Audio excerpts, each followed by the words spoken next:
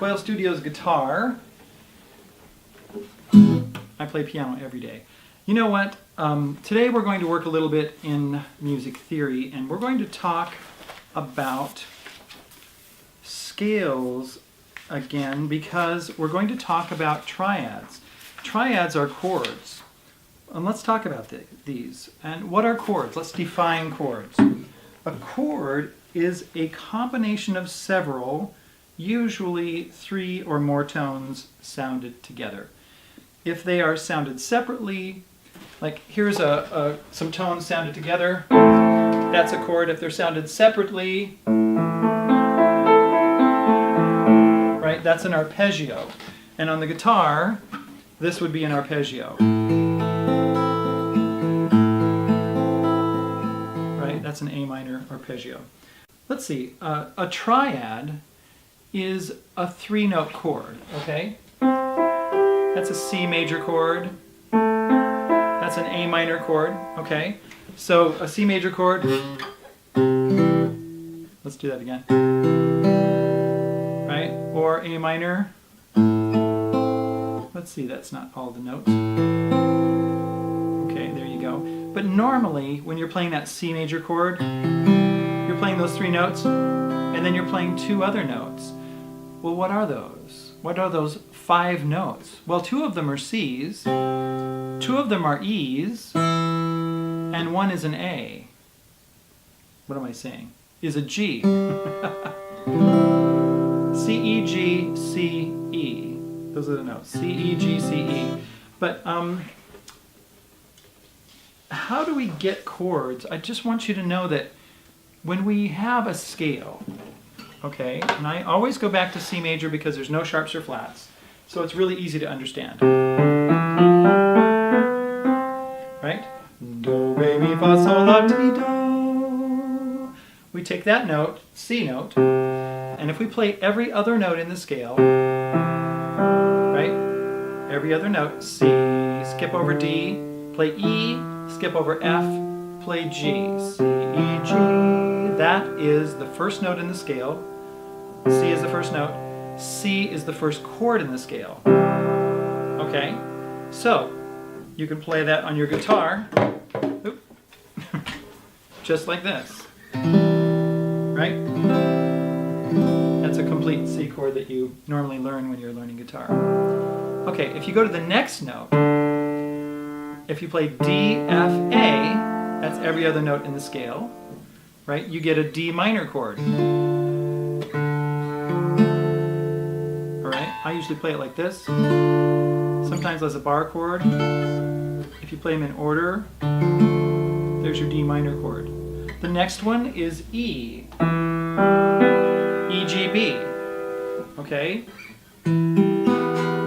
That's the 3rd chord in the scale. Now we call these, like, the C chord would be the 1 chord. The D chord would be called the 2 chord, the D minor. The E minor would be called the E, the 3 chord. The F, right, F-A-C, those are the 3 notes in the scale.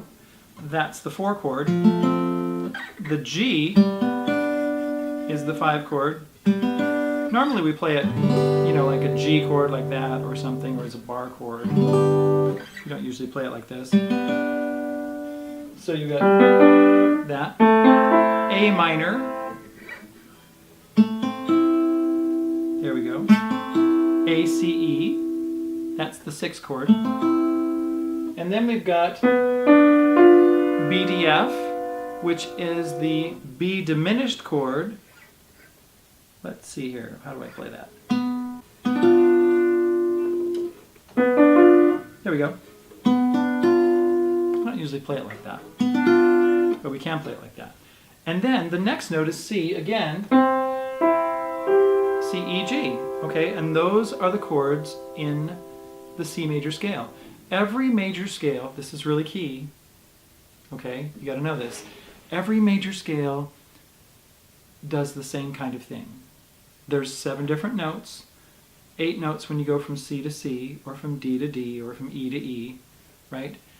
all of the chords, there's a 1 chord, a 2 chord, a 3 chord, a 4 chord, a 5 chord. They're all in the major scales. The 1 chord is major, the 2 is minor, 3 is minor, 4 is major, 5 is major, 6 is minor, 7 is diminished, and then you're back to 1 again. Now, that's the way that every scale, major scale, works, okay? And you really need to know this. Let's bring the camera over here to the piano and I'll show you what it looks like on the piano.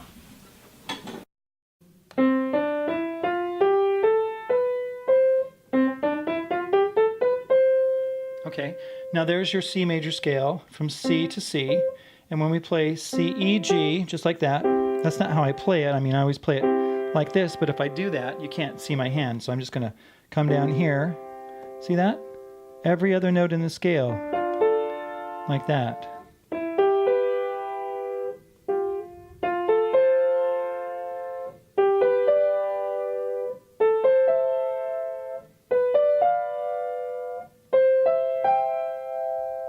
And there they are. Those are the chords. C major, D minor, E minor, F, G, A minor, B diminished, and back to C.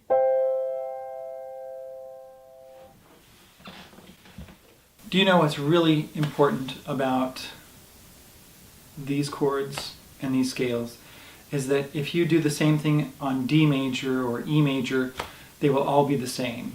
The D chord will be major. The next note in the scale, which will be E, will be minor, E minor in the D major scale. And then the next one, which will be F sharp, will be F sharp minor. And the next one, which is the fourth note in the scale, the fourth chord, will be a G major chord. Okay, so it's the same, excuse me. So it's the same every scale. So once you learn it, then you know it. So now those 3 notes, C, E, G, okay, the lower one is called the root, the middle note is called the third, and the top note is called the fifth. Root, third, fifth, okay, because it's 1, 2, 3, 4, 5, 1, 3, 5. Think of it as a tree, all right? This is a really, really important concept for you to understand. A chord is like a tree. The root, where are the roots on a tree? In fact, I could show you, we could show you right here what the trees look like in my yard. Let's take you outside and show you. Okay, it's a little windy out here, so it's not going to sound that great. Maybe I'll have to overdub this. Okay, so right there is a tree. There's a tree in my yard right there. Can you see that? All of the trees, in fact, do not have their leaves. All right, it looks like a big stick. That's all it is. Any of the trees that you can look at. So why is this so important? Well, we'll talk about it. This is important because the roots, which are underground, support the tree. The root of a chord supports the chord. So the root is down at the base of the tree, right? It supports the tree. The root of a chord is the base of the chord.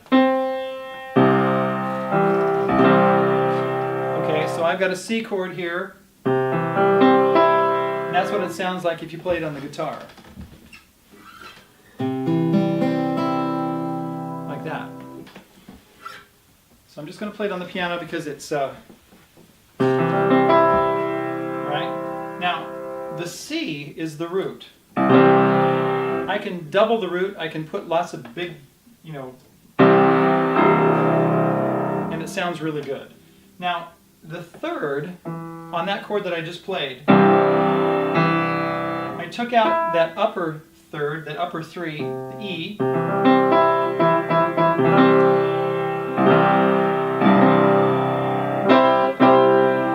and I only have one E playing in that chord. And it sounds really good. And the E is called the third. It's also like the trunk of the tree, okay? It supports the tree. The third gives us the quality of the chord. It's what determines major and minor. If I take the third, which is the E, and I make it into an E flat, that's taking it down a half step, it turns into a minor chord. Right?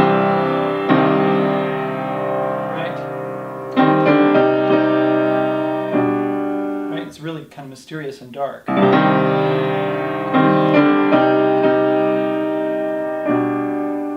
But if I keep it as a major chord, maybe I should bring you over here closer so you can see what I'm doing.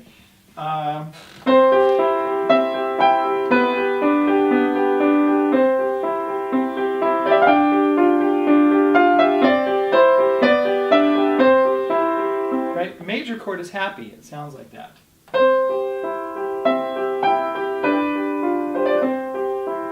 Okay? Now, the top of the chord, the fifth of the chord, which is the G, is like the leaves on the tree. Okay, now since it's March and the leaves are not out yet here where I live, leaves are like the beauty of the tree.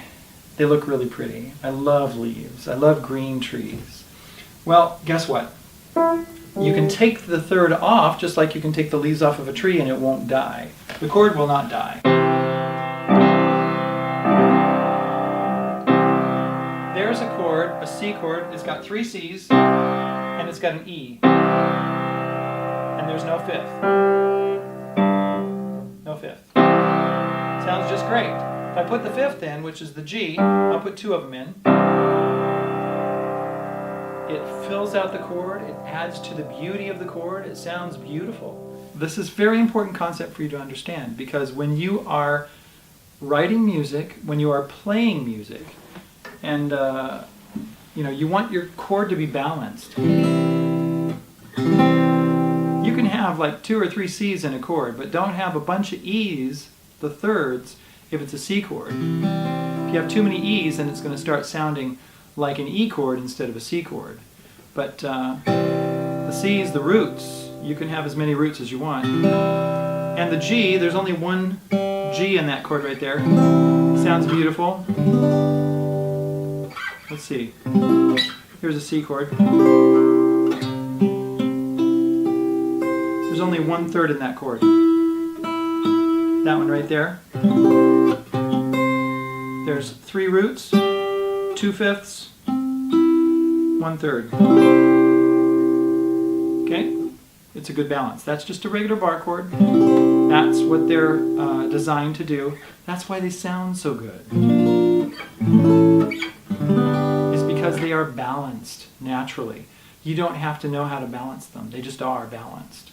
But if you know about that, then you can choose what you want to do. And that's the whole thing behind theory, is that you can choose exactly what you want to do with the chord, with the music that you play, in a band situation or in a solo situation. And when you know what to do and how to balance things and what to bring out and what to suppress, which notes to use, and we'll talk about this more later also, about the most important notes and how to balance a chord and things like that, then you are awesome. Okay, you are awesome anyway because you're learning about this. Thank you for coming by. Come and see us at Patreon, become a patron there, and get more perks. And I will answer questions over there faster than I answer them here on YouTube. I love my YouTube audience, I really do.